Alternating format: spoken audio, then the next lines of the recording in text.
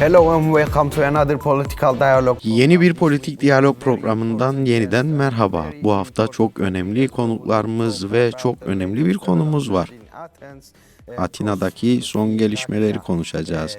Öncelikle konuklarımızı tanıtarak başlayalım.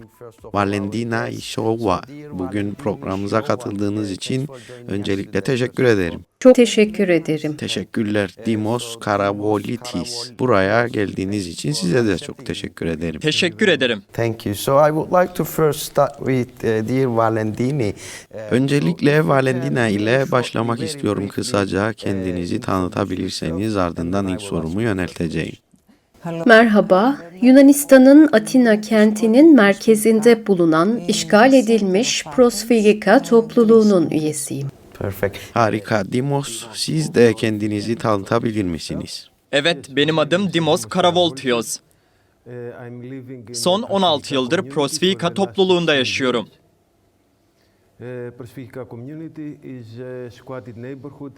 Prosfigika, Atina'nın merkezinde merkez polis karargahıyla yüksek mahkeme arasında bulunan işgal edilmiş bir mahalle. Thank you so much. So let's start with Valentini. Çok teşekkür ederim. O halde Valentina ile başlayalım. Prosfigika'nın ne olduğu ve tarihini kısaca anlatabilir misiniz? Prosfigika, Yunanistan'ın Atina kentinde Aleksandras Caddesi üzerinde bulunan bir konut kompleksidir. Bu yapılar 1933 ile 1936 yılları arasında Küçük Asya'dan gelen mültecileri barındırmak amacıyla inşa edildi. Bildiğiniz gibi 1922 yılında Küçük Asya felaketi yaşandı ve Yunan mülteciler Yunanistan'a geldi. Bu kompleks 8 bloktan ve toplam 228 daireden oluşuyor. Bauhaus mimari akımının etkisiyle inşa edilmişlerdi ve Küçük Asya'dan gelen insanların barınma ihtiyaçlarını karşılamak amacıyla kullanıldılar.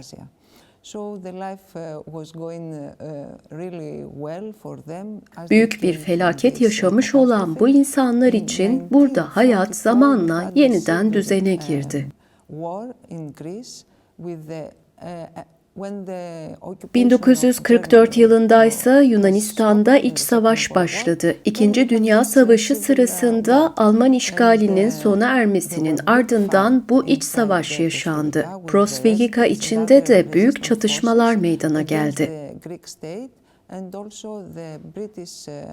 Mahalle sakinleri ve direniş güçleri Yunan devletine ve Yunan devletini desteklemek için gelen İngiliz birliklerine karşı savaştılar. Bugün hala binaların duvarlarında kurşun izlerini görebilirsiniz. İç savaş sonrasında devlet bu binaların taşıdığı kolektif hafızayı hedef aldı. Bu yapıların temsil ettiği anlamı ortadan kaldırmak istiyordu.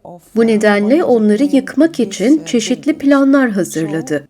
İlk yıkım planı askeri junta döneminde gündeme geldi ancak uygulanamadı. Buna rağmen Yunan devleti bu binaları ele geçirmek için farklı projeler geliştirmeye devam etti.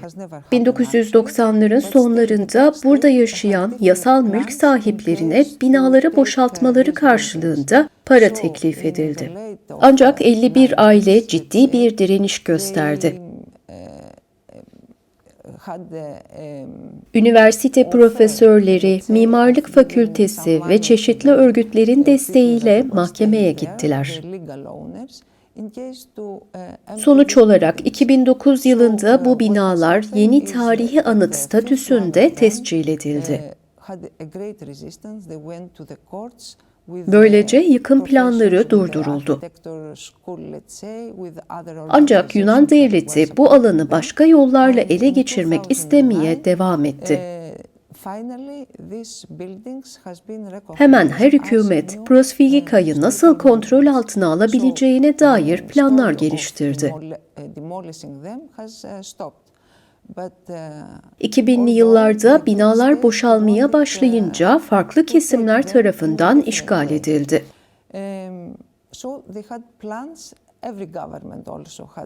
Anarşist hareketlerden insanlar, Kürt ve Türk örgütleri, evsizler ve başka birçok kişi buraya yerleşti.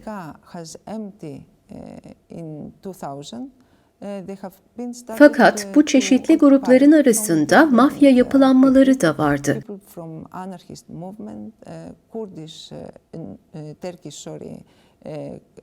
Özellikle uyuşturucu üreten ve Atina merkezinde satan gruplar oldukça güçlüydü.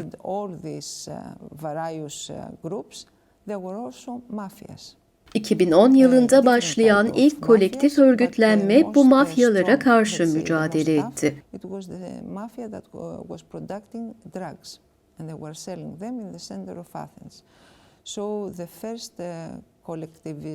Topluluğumuzun temelleri de aslında bu mücadeleyle atıldı. In 2010 this happened, and this was the base of the community. 27 farklı ülkeden gelen, farklı dillere, siyasi görüşlere, ideolojilere ve inançlara sahip insanlar bir araya gelerek kolektifleşti ve bir komün oluşturdu.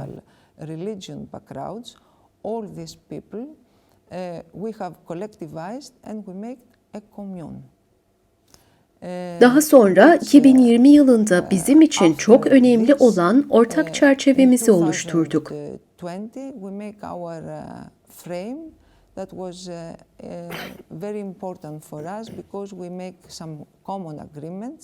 Ortak ilkeler üzerinde uzlaştık ve kolektif yaşamımızı belirli prensiplere dayandırdık. Thank you very much. Also the communal living perspective and this paradigm also. Çok teşekkür ederim. Komünel yaşam perspektifi ve bu paradigma Önder Apo tarafından da savunuluyor ve buna birazdan geleceğiz. Ancak önce Dimos ile devam etmek istiyorum. Dimos şu anda Prosfika'da yaşananlara karşı açlık grevleri devam ediyor. Açlık grevinin nasıl başladığını anlatabilir misiniz? Ayrıca açlık grevindeki arkadaşlarınız ciddi sağlık riskleriyle de karşı karşıya olmasına rağmen bölgesel yönetim ve hükümet projeyi sürdürmekte kararlı görünüyor. Henüz bir değişiklik yaşanmadı. Bu duruma cevabınız nedir? Açlık grevinin arka planını da anlatabilirseniz çok iyi olur. Evet, 2025 yılının Haziran ayında Yunan devletinin yeni soylulaştırma planı ortaya çıktı ve kendimizi çok zor bir durumun içinde bulduk.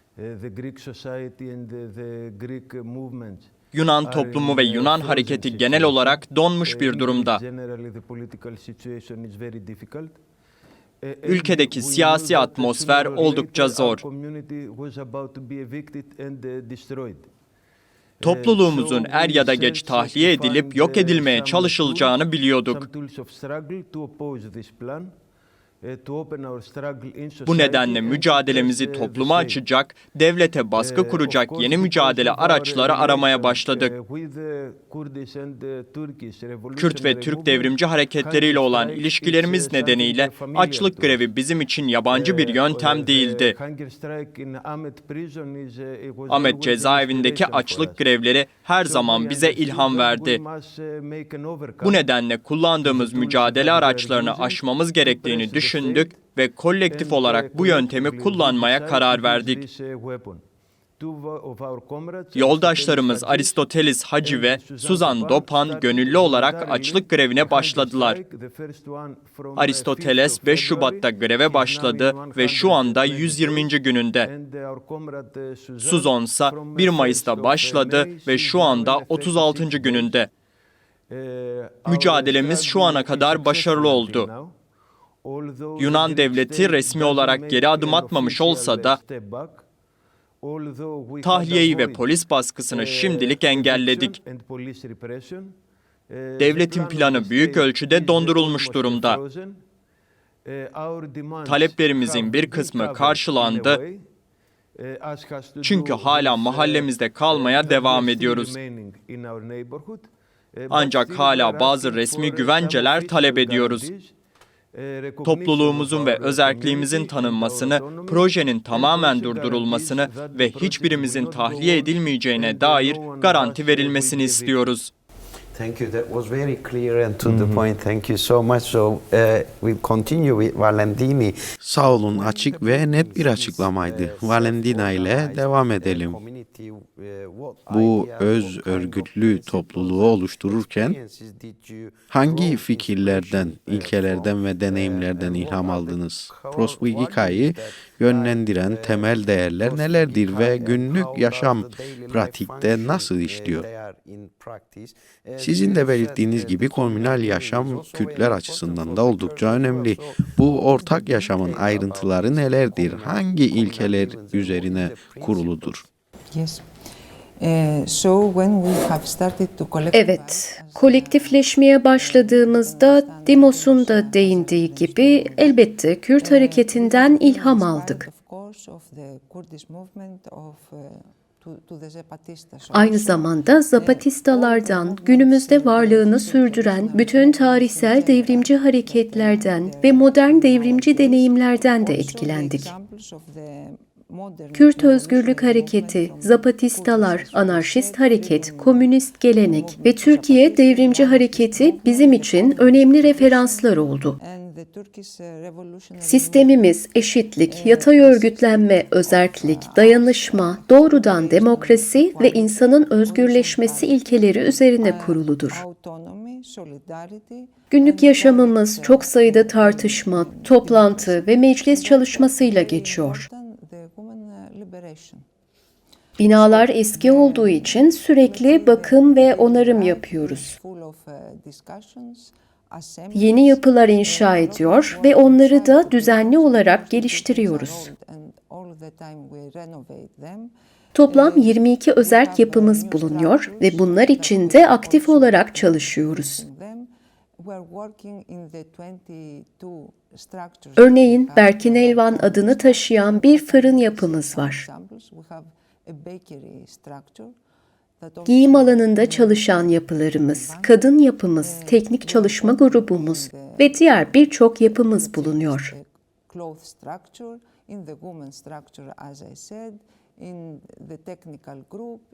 Ayrıca çocuklar için çok önemli bir yapımız da var.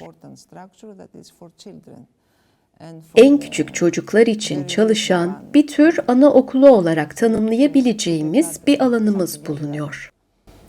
Very nice. Also, this should be inspiring. Çok güzel. Aslında yaptığınız şey tüm dünyaya ilham verebilir.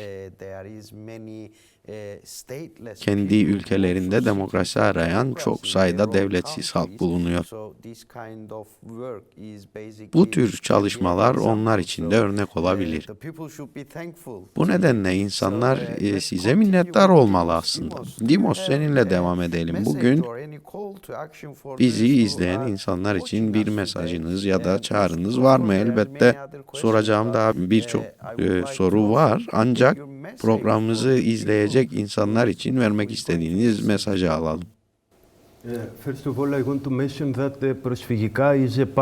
Öncelikle şunu belirtmek isterim ki Prosvihika demokratik modernite çağında demokratik toplum nehrinin bir parçası.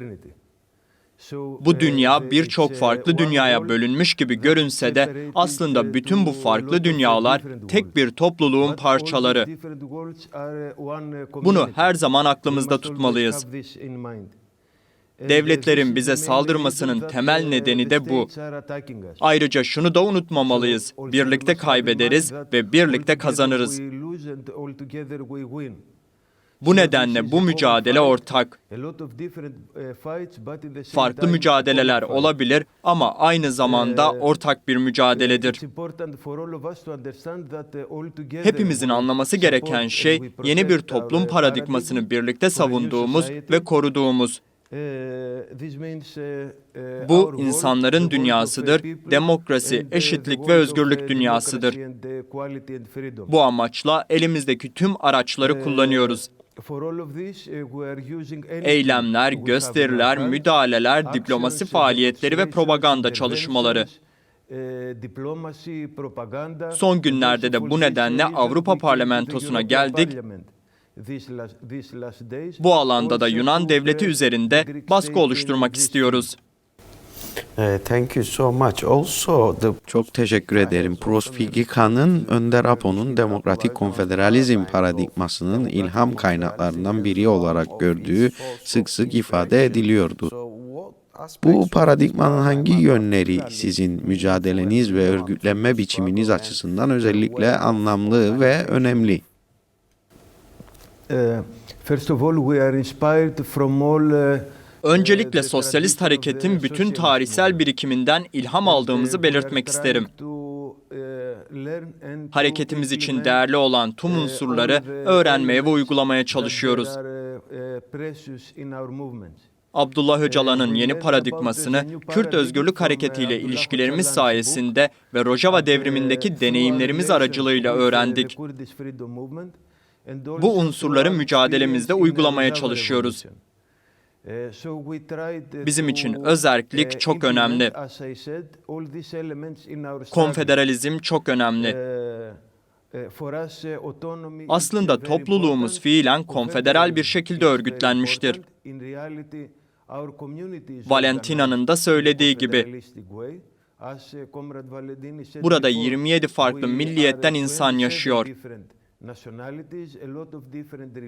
Çok farklı dinler ve kültürel geçmişler mevcut. Bu nedenle bu paradigma bize toplumumuzu nasıl örgütleyebileceğimiz konusunda ilham verdi.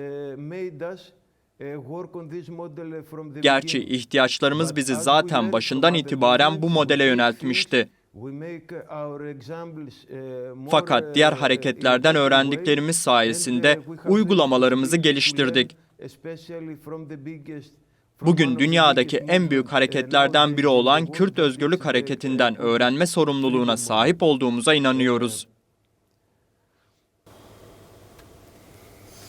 yeah, so the Kurdish freedom movement also inspiring the Yani Kürt Özgürlük Hareketi, komünler ve demokratik konfederalizm gibi fikirlerle dünyanın farklı yerlerine de ilham veriyor. what is exactly the paradigms Aslında ek bir soru daha sormak istiyorum.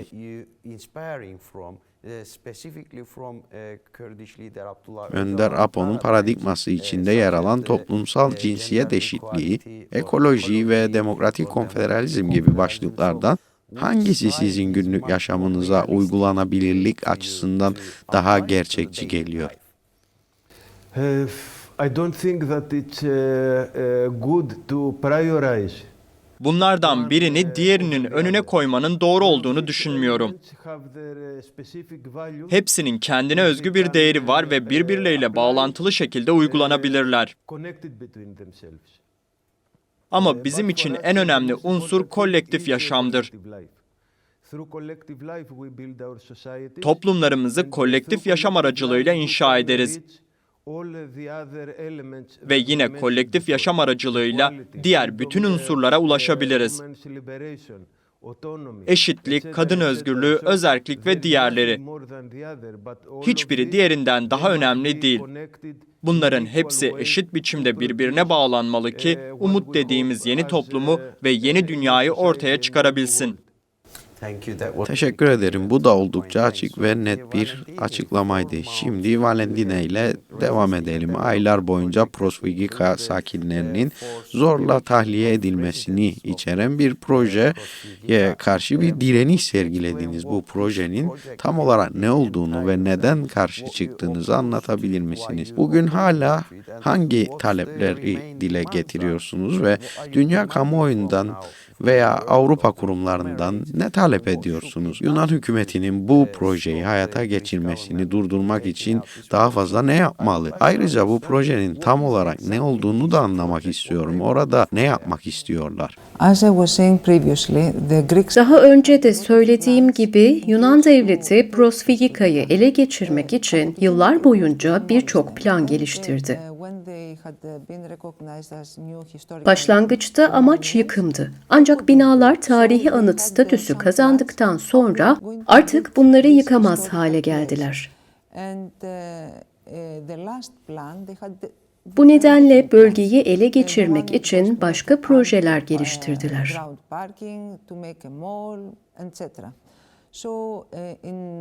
Örneğin yeraltı otoparkı yapmak, alışveriş merkezi kurmak gibi çeşitli planlar vardı. Dimos'un da söylediği gibi Haziran 2025'te Atika Bölgesel Yönetimi, Kültür Bakanlığı ve İşsizlik Kurumu arasında bir sözleşme imzalandı. Bu plan kapsamında 8 bloktan 4'ünün alınması ve sosyal konutlara dönüştürülmesi öngörülüyordu. Ayrıca mahallemizin hemen yanında bulunan ve Yunanistan'ın en büyük kanser hastanesi olan Agios Savas Hastanesi'nde tedavi gören hastaların yakınları için bir konaklama merkezi oluşturulması planlanıyordu. Fakat plan hazırlanırken sadece taşınabilir nesnelerden söz ediliyordu. Binaları boş evler olarak görüyorlardı. Yani içeride yalnızca taşınabilecek eşyalar olduğunu varsayıyorlardı. Bu evleri alacağız ve içine başka insanları yerleştireceğiz diyorlardı. Fakat 7 ay sonra Attika bölgesi bir açıklama yaptı ve Kamu Düzenini Koruma Bakanlığı'nın yani polis güçlerinin gelip bu evleri boşaltmak istediğini söyledi. Buradaki çelişki şuydu, sözleşmede evlerin boş olduğu söyleniyordu. Dolayısıyla içeride yalnızca taşınacak eşyalar olduğu varsayılıyordu. Ama 7 ay sonra evlerde yaşayan insanları tahliye edeceklerini söylediler. Bu nedenle bunun çok daha büyük bir planın parçası olduğunu düşünüyoruz. Bu mahalleyi boşaltmaya ve özellikle topluluğumuzu yok etmeye yönelik merkezi bir siyasi karar olarak okuyoruz. Üstelik şu anda Avrupa fonlarını mahalleyi boşaltmak, insanları buradan çıkarmak ve yerlerine başka insanları yerleştirmek için kullanıyorlar. Dahası bunu bizimle hiçbir zaman konuşmadılar. Bize hiç yaklaşmadılar. Onların gözünde biz yokuz. Ancak aylar süren mücadelemiz sonucunda görünürlük kazandık. Artık toplum burada var olduğumuzu biliyor. 400'den fazla insanın burada yaşadığını biliyor. Bütün bu yapıları, yürüttüğümüz siyasi, kültürel ve eğitimsel faaliyetleri biliyor. Bu nedenle bugün çok daha görünür bir durumdayız. Bu nedenle taleplerimiz şunlardır. Birincisi, bu planın tamamen iptal edilmesini istiyoruz. Aslında bu oldukça kolaydır. Çünkü bu plan tamamen yasa dışıdır ve bunun neden yasa dışı olduğunu da açıklayabiliriz. İkinci olarak burada yaşayan 400'den fazla insanın evlerinde kalmasını istiyoruz. Yaşadığımız, çalıştığımız, çocuklarımızın okula gittiği bu mahallede yaşamaya devam etmek istiyoruz.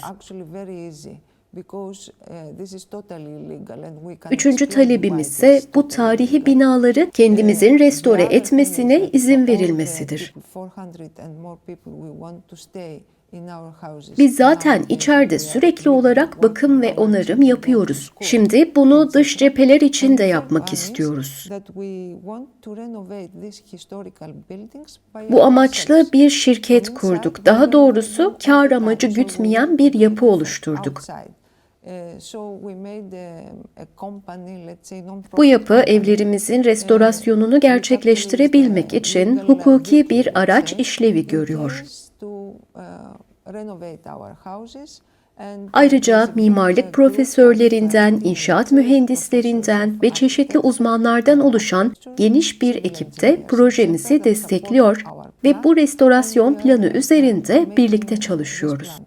Thank you. So, as Dimos mentioned, you have taken this topic to the European. Teşekkür ederim. Dimos'un da belirttiği gibi konuyu Avrupa Parlamentosu'na taşıdınız.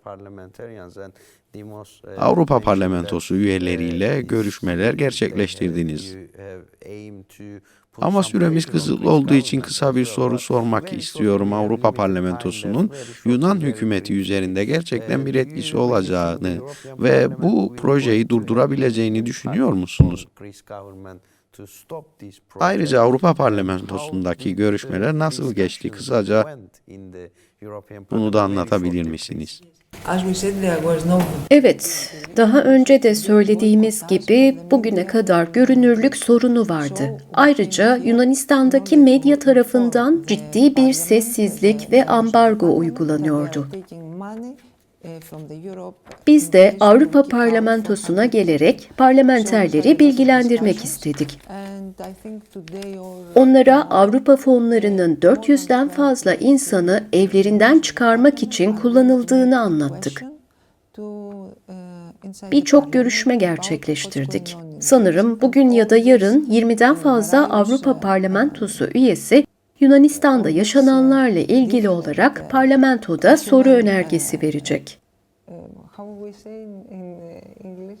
Çünkü yaşananlar çok sayıda insan hakkı ihlalini içeriyor. Bu parlamenterler de bu uygulamalara karşı çıkıyorlar. Dolayısıyla onları bilgilendirdik ve bu yolla Yunan hükümeti üzerinde baskı oluşturabileceklerini düşünüyoruz.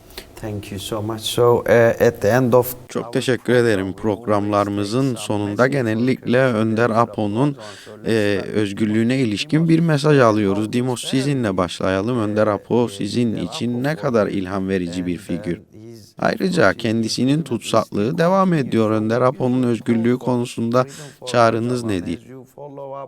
Türkiye'de devam eden bir barış süreci de söz konusu. Önder Apo neden özgür olmalıdır? Bu konuda ne söylemek istersiniz?